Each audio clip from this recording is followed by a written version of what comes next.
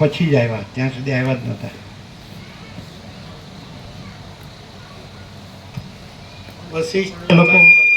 એ લોકો જ્યાં તત્વબોધ હોય ત્યાં આવતા, બધે આવતા. ધનજી પ્રભુ, કોદર પ્રભુ બધા આવતા. વશિષ્ઠ પ્રકાશ ભવનમાં બિરાજેલ આબાલ વૃદ્ધ સૌને મારા જય પ્રભુ, ફરીથી જય પ્રભુ. આમ તો આજે હનુમાન જયંતિ અને મારા અગાઉના બે ભાવિકોએ ધનજી પ્રભુ અને એના પહેલાં આનંદ પ્રભુએ લગભગ બધો ફોડ પાડ્યો છે, પણ છતાંય પ્રભુએ કીધું છે તો થોડી વાતો કરીશું આપણે. મને તો એવું લાગ્યું કે એ 8 મહિનાથી, હવે 8 મહિનામાં 2-3 દિવસ જ ખૂટી છે અમારા ખ્યાલથી, 5 દિવસ. અને 8 મહિનાથી અમે તત્વબોધ સોભરીએ છીએ, પણ આજનો જે તત્વબોધ છે એ જેને ટોપેસ્ટ કહી શકાય, આજનો મને તેવો લાગ્યો. પ્રભુ આજ સુધી અમે સોભર્યો, પણ આજનો એ ટોપેસ્ટ છે. અત્યાર સુધી આવા ઉત્સવોમાં જે પ્રભુ વાતો કરતા એ અને આજે જે વાતો થઈ એમાં ઘણો ફેર છે. એટલે આજે જે લોકો અહીં આગળ આવ્યા છે એ સદભાગી છે કે એમને સોભરવાનો આ લાભ મળ્યો છે. અહીં તો એક જ વાત છે, બસ પ્રકાશ, પ્રકાશ જ, ઘન પ્રકાશ, બરોબર ને? આકાશથી પણ મોટો પ્રકાશ. આપણે શોધીએ છીએ ક્યાં? જેને ભટકવાની વાત કરીએ છીએ. ભાઈ, ક્યાંય ભટકવાની જરૂર નથી. કાલની જ વાત કરું તો કાલે મેં 4-5 મિત્રો બેઠા હતા. એમાં એક મિત્રે એવું કહ્યું કે ભાઈ અમને ભગવાનનો રસ્તો મળવાનો રસ્તો બતાવે એવું ક્યાં? તો મેં એમને એક જ જવાબ આપેલો કે ભાઈ ભુવા પાસે જા. મેં આ કહેલું, તમારે રસ્તો જોઈતો હોય તો ભુવા પાસે જાઓ. તો કે ના સાહેબ, એવું તો ના હોય. તો પછી અહીંની મેં વાત કરી કે તમે અહીં આગળ આવો, જો તમારે રસ્તો જોઈતો હોય તો એવું નથી કે તમને હાથ પકડીને લઈ જાય. ક્યાંય એવું નથી, કોઈ ધર્મમાં એવું નથી. ત્યાં આગળ તો અગાઉ વાતો થઈ કે જુદા જુદા ધર્મોમાં ત્યાં તો બધા વાડા જ છે. અહીં વાડાથી પર છે, અને જે વાડામાંથી બહાર નીકળે એ જ કંઈક પામી શકે, એ જ મેળવી શકે, એ જ પરબ્રહ્મને પામી શકે. બાકી તો પછી એ વાડામાં રહે. ગઈ વખતે મેં વર્તુળની ને એ બધાની વાતો કરી હતી, તો આ વખતે આપણે વાડાની વાત કરી છે કે ભાઈ વાડામાં આપણે પુરાયા છીએ. અને એની બહાર જે વ્યાપક છે, બરાબર ને, જે પૂર્ણ છે, જે અસીમ છે, આ બધામાં તો આપણે પહોંચ્યા જ નથી. આને તો હું અવરેજ, મને એક શબ્દ મળ્યો કે આપણે આ બધાને આપણે સાઇડ બિઝનેસ ગણીએ છીએ. Side business. મુખ્ય બિઝનેસ આપણો 22 કલાકનો બીજો છે, અને અહીં માત્ર 2 કલાક. આપણે આને આ ગણીને બેઠા છીએ, અને માટે આપણને રસ્તો જડતો નથી. રસ્તો મેળવવો હોય તો એના મય બની જવું પડે. અમને તો સવાર પડે અથવા તો રાત્રે પણ કે ભાઈ વહેલા જાગી જઈએ અને ક્યારે પ્રભુ પાસે પહોંચીએ, આ જ અહર્નિશ થતું હોય છે.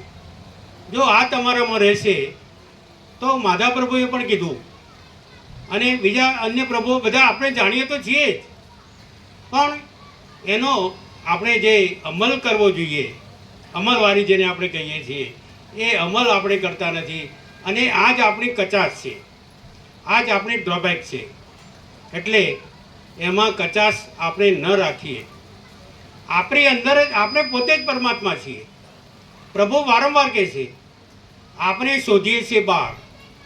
પેલા મૃગના જેવું છે કે કસ્તુરી ક્યાં છે? એની નાભીમાં છે, અને એ શોધે છે બહાર, ને કેટલી નજરપટ્ટી કરે છે, અને છેવટે મરણને શરણ થાય છે. એ પોતાનો જીવ પણ ગુમાવે છે. એટલે આટલું જો તમને જાણ થઈ જાય કે ભાઈ મારી નાભીમાં નસ્તુરી છે, મારા અહીંયા આગળ જ પ્રભુ બેઠા છે, આટલો જો તો તમને ખ્યાલ આવી જાય તો બસ થઈ ગયું ભાઈ, તો તમારો બેડો પાર છે.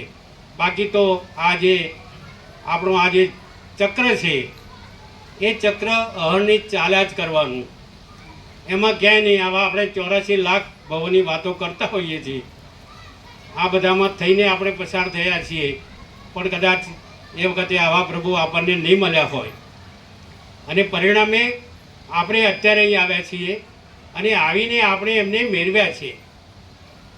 અમે તો નિકોડા પણ જતા એમણે વાત કરી કે ત્યાં કંઈ જ નહોતું અને છતાંય 17 વર્ષ સુધી ત્યાં બોધ 19 વર્ષ સુધી પ્રભુએ બોધ કર્યો. પણ અમે ત્યાં કેવું વર્ષમાં 2 વખત જઈએ, શિવરાતો વર્ષમાં 1-2 વખત જઈએ, પણ અહીં અમને એટલો બધો લાભ મળ્યો છે કે સતત.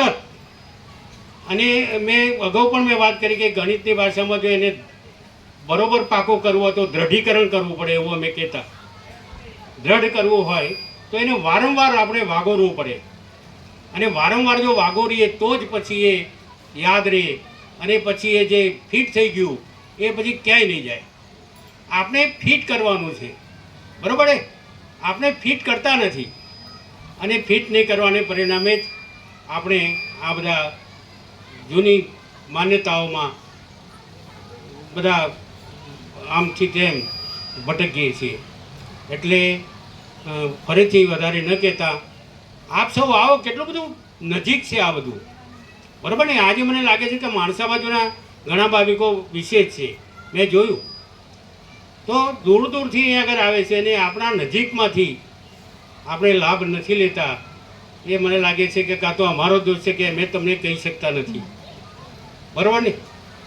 આમ તો પ્રભુએ અમને આપ્યા જ છે એના પેમ્ફલેટ, અને હું તો અડધા પડતા આ જ વાત કરું છું જ્યાં હોય ત્યાં. હવે તો રાતમાં પણ કદાચ આ જ વાતો ચાલે છે અને તો જ આ બધું ભાઈ આપણું પાકું થશે. સતત એમાં ચિંતન મનન આ બધું અહર્નિશ રહેવું જોઈએ. પેલો કલાક માટે આવી અને પછી અહીંથી બહાર જઈને પછી ભૂલી જઈએ તો એનો એ રસ્તો નથી. અહીં આગળ જુઓ, કુદરત એટલે ભગવાનનું ઘર. અહીં આગળ ભગવાનનું જ ઘર છે, આપણે એ ઘરમાં જ બેઠા છીએ. તમને આવો ક્યાંક જોવા મળે? તમે ક્યાંક મંદિરોમાં ગયા હશો, બરાબર ને, મઠોમાં ગયા હશો કે તમારા ગુરુજી પાસે ગયા હશો, તો આ રીતની વ્યવસ્થા ત્યાં જોવા મળશે? ત્યાંની વ્યવસ્થા શું છે, એની વ્યવસ્થા શું છે? તમે ડિફરન્સ એનો જોયો કે એમાં જોયું? હજી તો તમે અહીંથી કદાચ જમીને પછી બારોબાર જતા રહેતા હશો. તમે 1-2 કલાક કાઢો. હું તો ઘણી વખત 4 વાગે પણ આવું છું ને આ પણ વાંચું છું બધાને. પ્રભુને 1-2 વખત અમે મળેલા, બાકી તો અમે અહીં આગળ જે ભાવિકો રહે છે એમને મળીને અમે જતા રહીએ છીએ. તો તમે જુઓ આ બધું આખો પરિસર કેટલું ભગવાનમય છે. જે આપણે સંદીપની ઋષિના આશ્રમોની જે વાતો સાંભળતા હતા એ અહીં અનુભવ થાય છે. અહીં આગળ તમે 2-4 કલાક રોકાવજો. અહીં આગળ 25-30 ભાવિકો તો અહીં આગળ અહર્નિશ રહે છે. અમારે પણ ઘેર એક વખત વાત થઈ છે, અહીં આગળ અલ્પા આવી છે કે દાદા 2 દિવસની જ વાત છે કે આપણે પણ 1-2 દિવસ ત્યાં રહેવા જઈએ. આ પરમ દિવસની જ વાત છે અને પ્રભુ એ બધા ભાવિકો અહીં આગળ આવ્યા પણ છે. તો આવી એમને ભાવ થાય છે, એ સારું છે.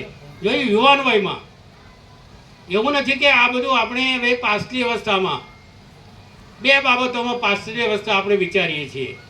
એક તો ક્યાંક પ્રવાસોમાં જવામાં, આપણા ધાર્મિક સ્થળોમાં જવામાં, અને બીજું આ ધર્મ ધ્યાન કરવામાં કે ભાઈ હવે નવરા પડીએ અથવા તો રિટાયર્ડ થઈએ પછી જ અમે તો આ બધું કરીશું. પણ ક્યારે 10 મણ લાકડાના ગ્રાહક થઈશું, પ્રભુ વારંવાર વાત કરે છે, એ આપણને ખબર નથી. કદાચ અહીંથી કોઈક એવો ભાવિક હોય તો કદાચ ઘેર ન પણ પહોંચી શકે. તો હવે આ જે લાભો આવ્યો છે, ઘેર બેઠા ગંગા આવી જ ભાઈ.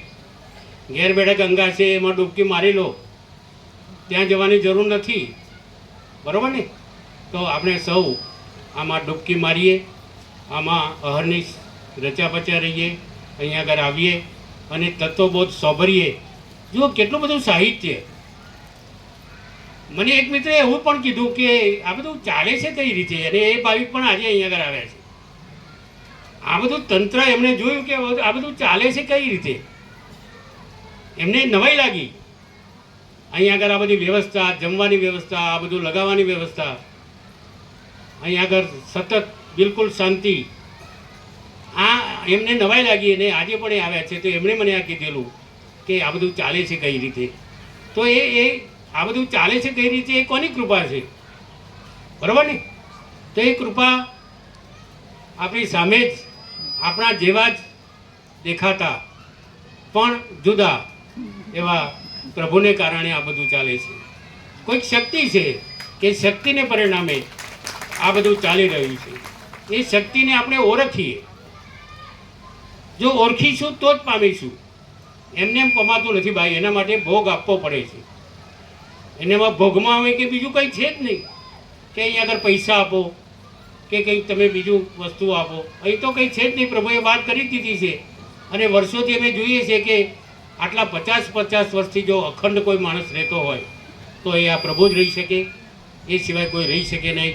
ભૂતકાળમાં અમે ઘણાને મર્યા છીએ, સત્સંગનો પણ લાભ લીધો છે, પણ એ સત્સંગ અને આ સત્સંગમાં 100 ગણો ફેર છે, 100%. કારણ કે એ બધું અહીંયા આગળ અનુભવાય છે. ત્યાં અનુભવાતું નહોતું. ત્યાં આગળ માત્ર શબ્દો હતા, ત્યાં માત્ર બધા વિશેષણો હતા, ત્યાં બધાને હાર તોરા હતા, ત્યાં બધાની વાહવાહી હતી. અહીંયા આગળ તમને કંઈ જોવા નહીં મળે. અઠવાડિયું 10 દિવસ પહેલાં જ અહીંયા આગળ સંસદ આવ્યા હતા તો મને એક મિત્રે કીધું કે સંસદ હોય તો એમનું તો કેટલું સન્માન થાય.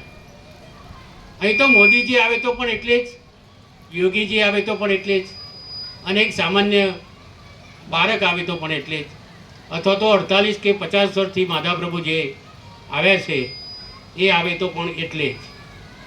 આ એમનો એક સમભાવ છે. બીજે ક્યાંક દેખાડો તો ખરા તમે આવો સમભાવ, ક્યાંય જોવા નહીં મળે, બરાબર? એટલે વધારે ન કહેતા આપ સૌ આ પ્રભુ આપણને ઘેર આવ્યા છે તો એ પ્રભુનો આપણે લાભ લઈએ. અમને તો ભાઈ એનો અનુભવ થયો છે. ઘણા કહે છે કે તમે આ દરરોજ ક્યાં વળી વરસાદમાં ને આ તે બધું, ઘણાને આવું થાય છે. પણ ભાઈ કીધું કે ભાઈ અમને એ તરફ જવાનું જ મન થાય છે કે ભાઈ હવે સવાર થઈ એટલે આપણે ત્યાં આગળ પહોંચી જઈએ. આજે પણ એવું નહીં કે 10-11 વાગે આવી, આજે પણ અમે 9:45 અહીંયા આગળ આવી જ ગયા. કારણ કે 9 વાગ્યાથી એમનો બહુ તો અહીંયા આગળ હોય છે.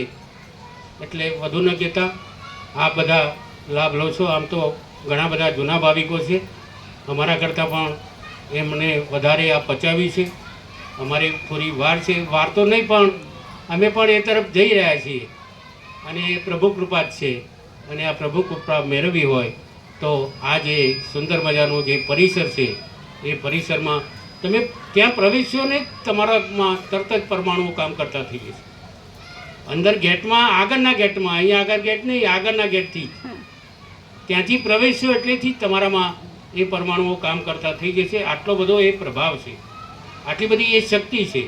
અને શક્તિ એ પ્રકાશની શક્તિ છે જે આપણા બધામાં છે, આપણા બધામાં છે, પણ આપણે એને ઓળખી શક્યા નથી અને એનું આ પરિણામ છે, બરાબર ને? આપણને ઘણા એવા શબ્દોમાં પ્રભુજીએ વાત કરી છે, કદાચ કોઈકને ખોટું પણ લાગતું હશે કે આ અમને ગધેડા કહે છે ને આમ કહે છે ને તેમ કહે છે, પણ ભાઈ તેજીને ટકોરો છે, બરાબર ને?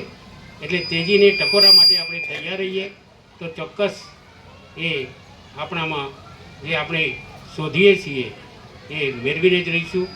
જય પ્રભુ, જય પ્રભુ.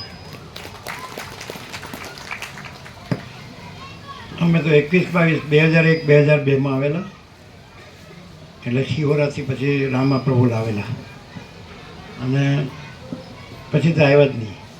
ત્યારે અહીંયા લાવ્યા તો ઉજ્જડ વિરાન હતું, વગડો ખેતરોમાં જે વગડો હોય ને. પછી આપણે આવ્યા જ નથી. નાનજી પ્રભુ હતા ત્યારે, નાનજી દાદાએ પાછળથી, આપણે નહોતા, એમણે વૃક્ષો વાવ્યા. રામાપ્રભુએ કુટીરો કરી. 22 વર્ષ પછી વિવેક પ્રભુએ સર્વાંતરયામીની પ્રેરણાથી લાભ આપો એમ કીધું. એટલે આપણે કીધું જોવું પડશે. એટલે આપણે જગ્યા જોવા આવ્યા. એટલે વૃક્ષો નાનજી દાદાના ખૂબ હતા. ભાવિકોને રહેવાની કુટીરને બધી વ્યવસ્થા ખૂબ હતી. અને આપણે એમ કીધું કે કુદરતનો ખોળો એટલે ભગવાનનું ઘર. આપણે પહેલેથી જ કુંવારકા કુદરત જ જોઈએ, આપણે માણસ ન જોઈએ.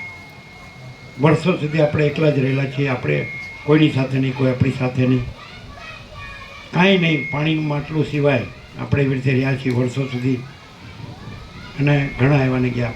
આપણા દ્રષ્ટિપથમાં કરોડો આવી ગયા અને આપણા તત્વબોધમાં તો લાખો જરૂર આવી ગયા, અતિશયોક્તિ નથી. અને બધે થઈ ગયો તત્વબોધ વ્યાપક વિચરણ પણ થઈ ગયું આખા ભારત દેશમાં.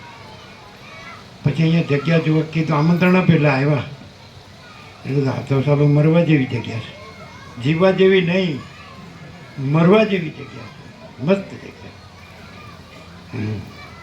અહમ રાખીને જીવવું એ તો મર્યા કરતાં જ ભેદ છે, અને અહમ મારીને જીવવું એ તો જોહાય સહાય અમૃતત્વ છે, અવિનાશી પદ છે. સરસ. એટલે આપણે એમની 4 પેઢી જોઈએ છે, નાનજી દાદા પછી રામજી પ્રભુ પછી વિવેક પ્રભુ પછી એના બાળકો પણ બધા. વિવેક પ્રભુએ આમંત્રણ આપ્યું, આપણે જગ્યા જોઈ, બસ ત્યારે આંબાનું ઝાડ છે ને ત્યારે આપણે માટે બરાબર છે. સરસ. વિવેક પ્રભુ આપણે જોયેલી 3જી પેઢી, રામજી પ્રભુ 3જી,